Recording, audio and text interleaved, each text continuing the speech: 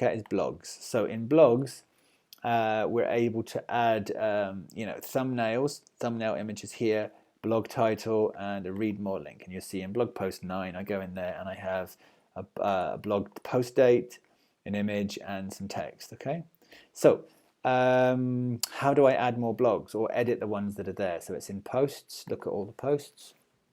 I'm going to add a new one. I'm going to say add new.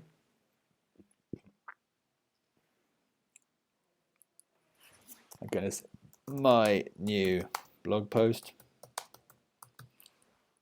and I'm going to grab some text. And here, just add that. Oops, it's done the whole thing. So just grab that bottom paragraph.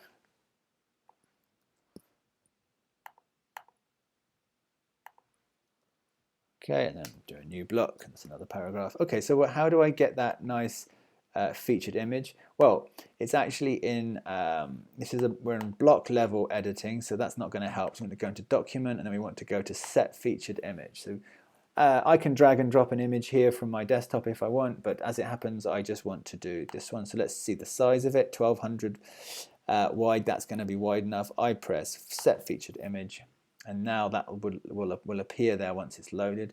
I press publish again. I go back to my blogs,